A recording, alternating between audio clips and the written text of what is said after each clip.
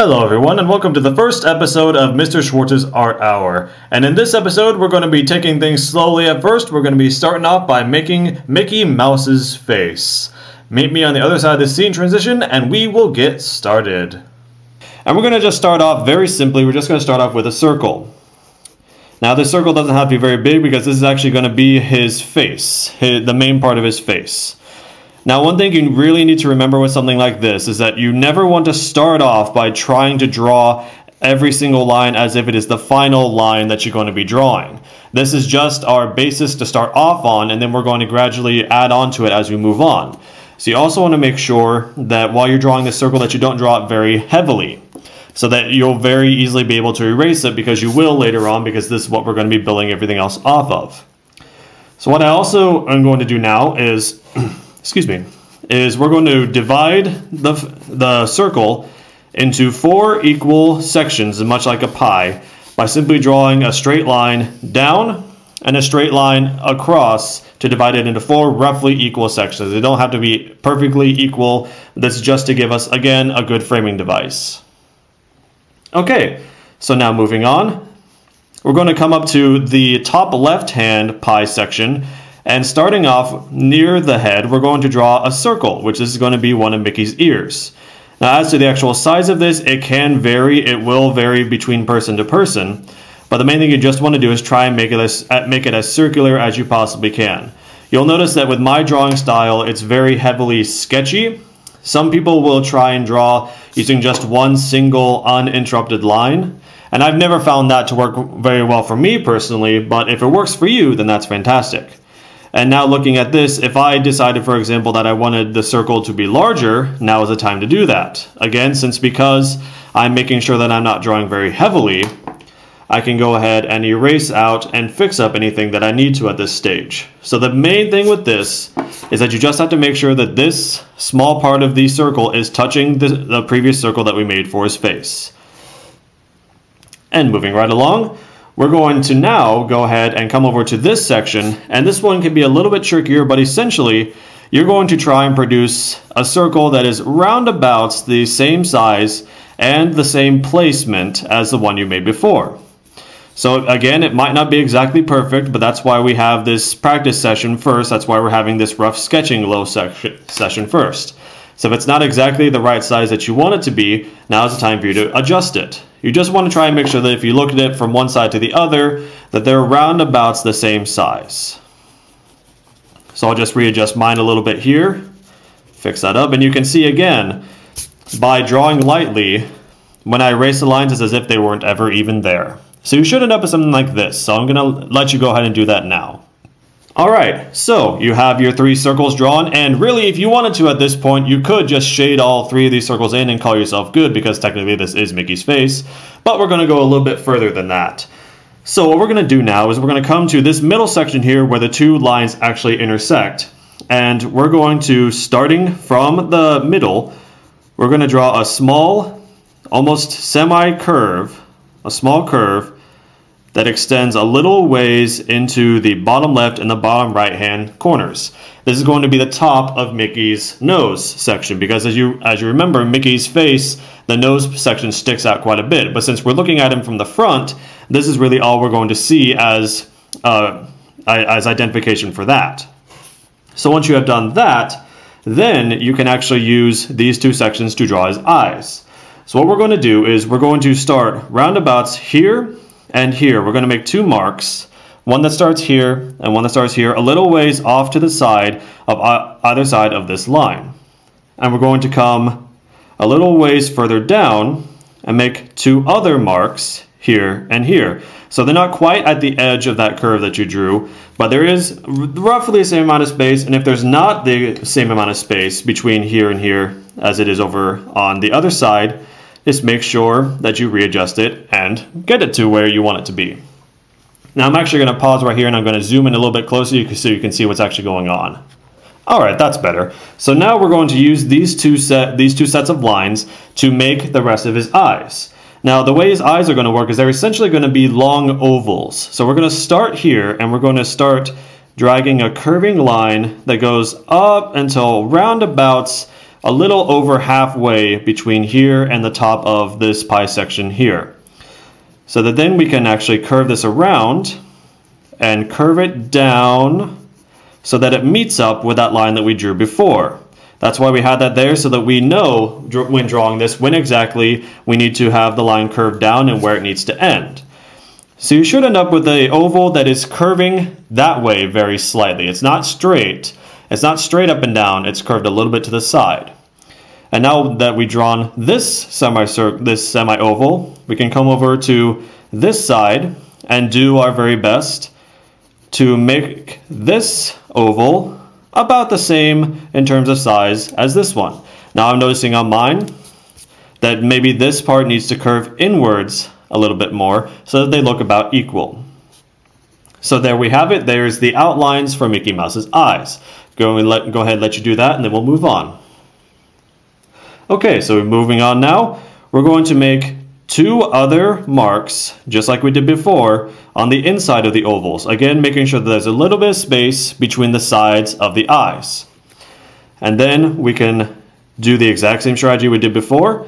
And this time, again, we want to go up to roundabouts halfway, maybe a little bit over halfway for the oval, and finish it up on either side. So that way, when we get it done on both sides, we now have Mickey's actual eyes complete. And if you want a good visual of how they look, we can simply shade these parts in, and there is Mickey's eyes. Now, this is a part where, if you wish, you can go ahead and erase out any of these lines that are around his eyes, any of the guiding lines that we had, because we don't really need them anymore. But you do want to be careful with dragging your hand across the paper when you're trying to brush away the crumbs, because pencil will smear, so you just want to be a little bit careful about that. Alright, moving on now, we're going to come down to this section where we're going to draw Mickey's nose. Now Mickey's nose, since again it is coming towards us because Mickey's nose does extend out quite far, we're going to draw it fairly large scale. Now Mickey's nose is essentially a large oval. So what you can do is if you're nervous about it, you can actually begin by drawing a semi-circle on one side of the dividing line that you drew before. It should be around about this size so it doesn't go down below half on the lower section of the circle. So you have enough space down here for what we're going to be doing later.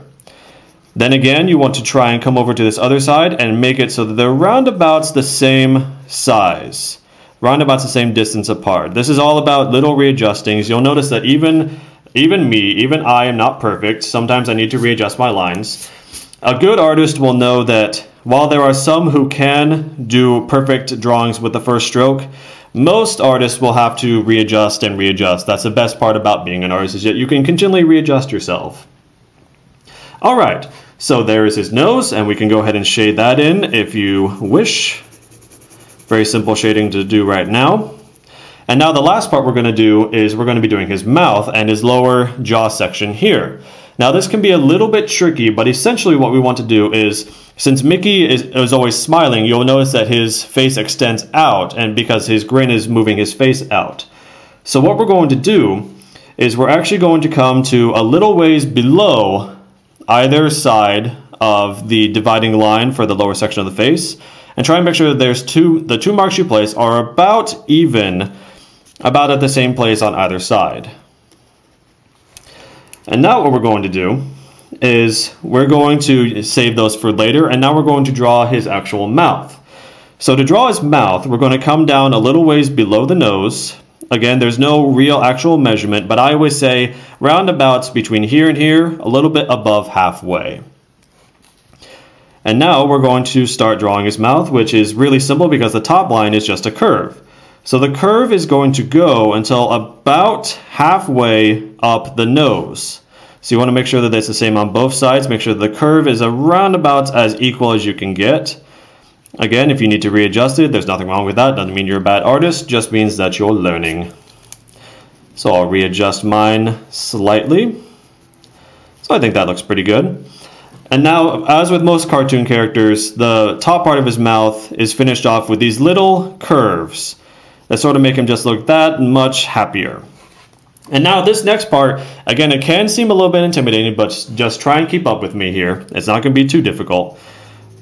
We are going to make the bottom part of his mouth by making 2 marks here and here, just a little ways down from here. Again, there's no actual measurement for it. You just have to use your own judgment. And then we're going to draw a curve that extends down slightly below the bottom of the circle that we made. So you're going to see his mouth extends below the circle that we made as the guiding line at the beginning. I'll make sure that this other side mimics it. So of course, the longer we make the mouth, the happier Mickey will appear to be. So now that we have that, we can also make his tongue using just 2 small little ripple lines to make his tongue. And we can shade this part in here.